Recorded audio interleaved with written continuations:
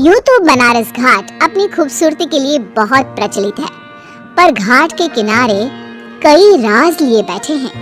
ये कहानी शुरू होती है बनारस के घाट के पास बने ममता निवास से, जहाँ प्रिया लाल जोड़े में ममता के घर उसकी बहू बनकर आती है। आओ आओ बहू, घर को अपने पैरों से पवित्र करो। ममता घर की दहलीज पार कर ही रही होती है कि अचानक एक बहुत गंदी सी बास पूरे घर में फैल जाती है।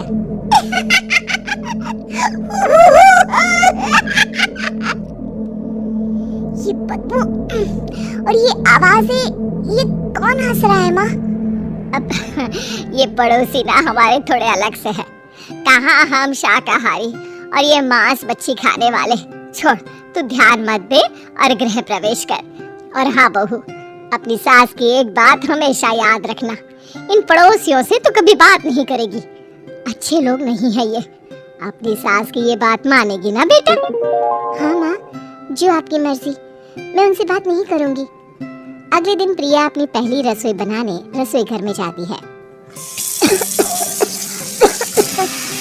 ये छोटी बात तो नाक में जा रही है। एक काम करती हूँ, खिड़की खोल देती हूँ। प्रिया खिड़की खोलने जाती है। इतनी चाले, लगता है इस खिड़की को कभी खोला ही नहीं गया। पर ऐसा क्यों? ओह, नॉनवेज की स्मेल आती होगी ना। 2 मिनट के लिए खोल लेती हूँ, फिर बंद कर दूंगी। प्रिया खिड़की खोलती है। खिड़की खोलते ही उसकी नजर सामने वाले घर की खिड़की पर पड़ती है, जहाँ एक लड़की खड़ी होती है, हाथों में मेहंदी, लाल रंग की साड़ी, बिल्कुल सजी धजी, मानो प्रिया की तरह ही वो भी नई नवेली बहू हो। वो प्रिया को देखकर मुस्कुराती है। हे भगवान, माँ ने तो इनसे बात करने को मना किया था।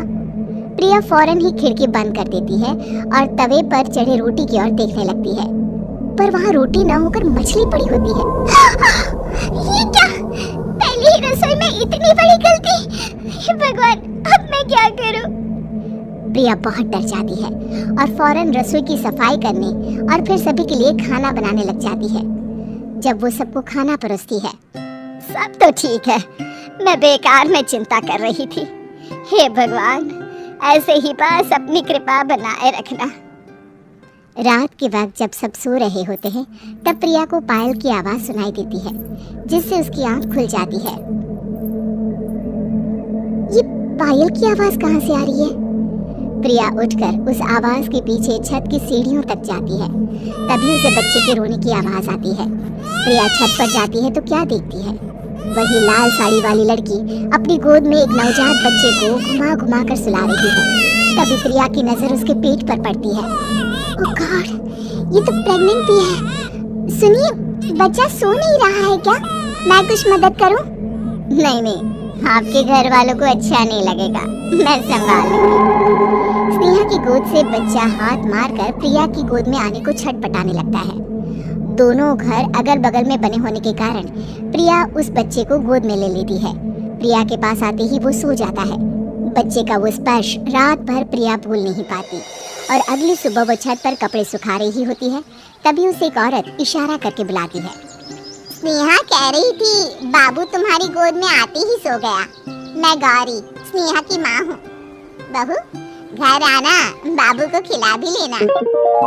शाम को जब घर पर कोई नहीं रहता, बच्चे से मिलने के लिए प्रिया छिपकर अपनी पड़ोसन के घर चली जाती है और कुछ देर बच्चे को खिलाकर वापस लौट आती है। इसके कुछ दिन बाद ही प्रिया को पता चलता है कि वो माँ बनने वाली है। ममता की खुशी का ठिकाना नहीं रहता।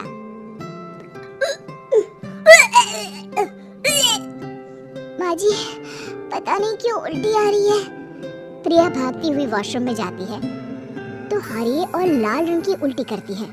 उस उल्टी में से कीड़े निकलते हैं। ये क्या? खून और ये कीड़े! माँ!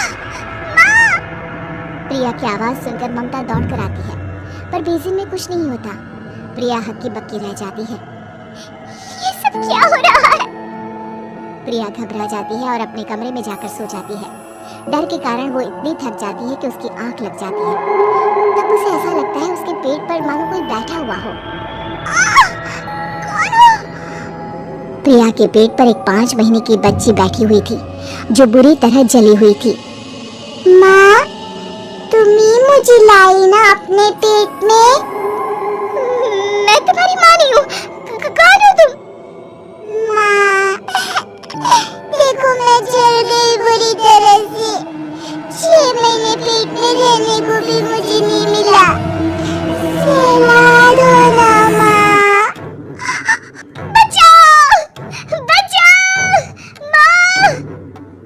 ममता दौड़कर कमरे में आती है।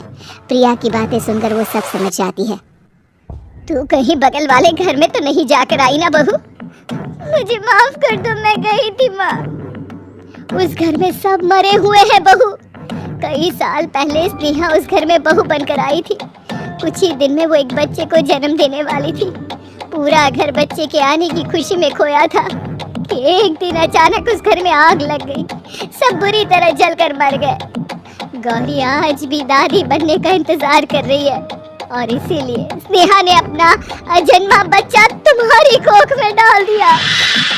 ममता ये कह रही होती है कि पीछे से उसके पैरों को एक बच्चा पकड़ लेता है।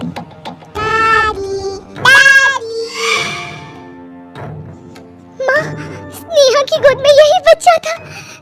ये बच्चा कौन है फिर? तेरी मौत है।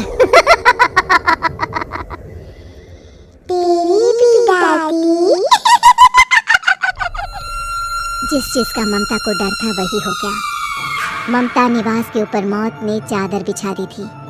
प्रिया का पेट ऐसे बढ़ जाता है मानो 9 महीने का हो। 2 हाथ उसके पेट से बाहर निकलते हैं। बहू, संतोष को फोन कर, किसी पंडित जी को बुला बहू। प्रिया का पति भागता हुआ घर आता है। ये तो होना ही था माँ। तेरा पाप तेरे सामने आ गया तो तू सह नहीं पा रही है।